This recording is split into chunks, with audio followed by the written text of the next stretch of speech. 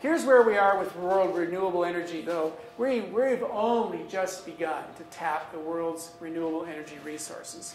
There's so much renewable energy out there, it's mind-boggling. You know, we could power all of the United States electrical demands by just tapping the wind in North and South Dakota. I mean, there is so much. We are the Saudi Arabia of wind in the United States. We have so much solar resource. You could tap the solar energy in an area the size of Connecticut and meet all our electrical energy needs. We have tons of biomass and solar electricity and wind to power our future. So, and one of the interesting things is the more we, unlike other fuel resources, the more you develop, the more expensive it gets. As you get to peak, once you get to peak, the more you develop, the more you extract, the more expensive it gets. The more we develop here, the cheaper it gets, because the price of technology will go down. So I ask you this. We've got 30 to 50 years of oil left until it's basically economically depleted, and 5 billion years of sunshine. How are we going to power our future? What are we going to use? What is the future going to be? And when are we going to get serious about doing it? When are we going to get serious about making that transition? My soapbox take on this is we need to get on it soon while energy is relatively cheap, because it takes energy to build wind turbines. It takes energy to make solar electric panels. So let's get on it now while the price of energy is relatively cheap. Let's get going on it now. So what do we do? What do we do? Really, we as a nation and as individuals, we have really, I think, two basic options. One is to develop a nationwide or a personal energy conservation strategy, beginning in our own homes and our own communities. Use energy more efficiently in our own lives. And then develop new energy resources. Now, as Americans, we're so tied into this frontier mentality that most of the conversation focuses on new energy resources. And I'm here to tell you that there's so much more energy right now available, so much more economically, so much quicker in this conservation effort. If I were going to start a business, I'd get into retrofitting homes for energy efficiency.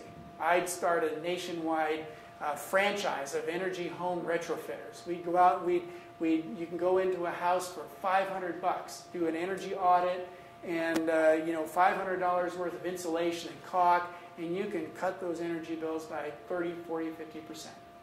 It's amazing what can be done. So there's gold for those of you who are looking for economic opportunities. And it's inefficiency, not just new renewables, it's inefficiency. But we need to develop energy resources very wisely. We haven't been too terribly intelligent. We don't just need more energy. We don't just need to have more oil or more natural gas. And this is a really important point. We don't just need more energy. What it is we need the services that energy supplies us. Okay? It's what we're really after, right? Do you care where your energy comes from? You want a warm home. You want hot water when you take a shower. You want light when you read. Do you care where that comes from? Yeah, probably you do. You're probably interested in making sure that it comes from renewable resources. But it's really the services and products that oil and natural gas provide that we need to look at. Okay? It's a really important distinction. If every politician understood this, we'd be in great shape. It's the services and the products that they supply. The challenge is not about finding new energy so much as meeting our needs, ensuring those services, a warm house in the winter, a cool house in the summer, a well-illuminated house. Those are the services that energy provides us. We want hot water. We want some way to cook food. We want some way to move ourselves about the planet, about our communities, around our communities. It's the services that we're after, not necessarily gobs of oil or pounds of coal or cubic feet of natural gas. It's the services. It's the products that we get from those. And so what we need to look at is, what does natural gas really do for us? What do we get from natural gas? Well, we heat our homes. Most homes in the United States are heated by natural gas. We cook. Most people cook either with electricity or natural gas, some with propane. We heat our water for showers, for washing dishes, for washing clothes. And industry uses it, and I'm not going to focus on industrial uses right now. And we use some to generate electricity. Okay? So this is what we need to be looking at. The question is not how do we get more natural gas so much as how do we heat our homes? How do we cook our dinners? How do we take a hot shower? Okay? How do we illuminate our homes? Okay?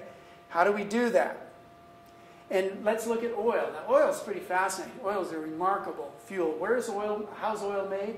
Oil actually, contrary to popular belief, oil doesn't come from dinosaurs. Okay? There's absolutely no connection to dinosaurs. Oil is made from marine algae. Okay? These little photosynthetic algae from the marine environment that died and sank to the floor of the ocean, was covered by sediment. And over time, pressure and heat from that sediment converted this organic matter, all these dead algae, into oil, into this gooey, black, gooey fluid we call crude oil or petroleum. And petroleum is actually a mixture of 2,000 different chemicals. And from that, we get diesel, we get gasoline. When you extract you can extract a certain portion of it to get gasoline. Another portion gives you diesel fuel, jet fuel, heating oil, asphalt. When you're driving home tonight, you're driving on oil. You're driving on ancient marine algae. Okay? Chemical feedstocks. I mentioned this earlier. All the drugs that you had at Tylenol this morning came from oil. The chemicals used to make that Tylenol are extracted from oil. And that, believe it or not, is one of the highest profit items in a barrel of oil. It only represents, I think, about 1.7% of the total chemical content of a barrel of oil, but it's one of the highest profit items is those chemicals that we use to make pharmaceutical, over-the-counter drugs. So oil is extremely important to our society, not just as a transportation fuel.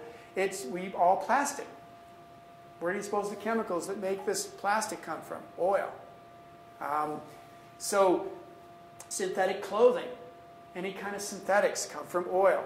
And here's a barrel of oil, as I mentioned earlier. It's a very complex mixture of 2,000 chemicals. We get kerosene from it, all the lubricants in our cars.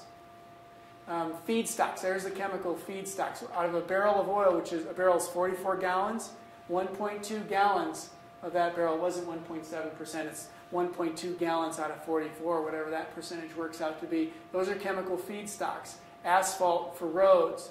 Some of the stuff I don't even know what it is. Liquefied gases, residential fuel oil, jet oil, distillate fuel oil, gasoline. So a barrel of oil serves us very, very well.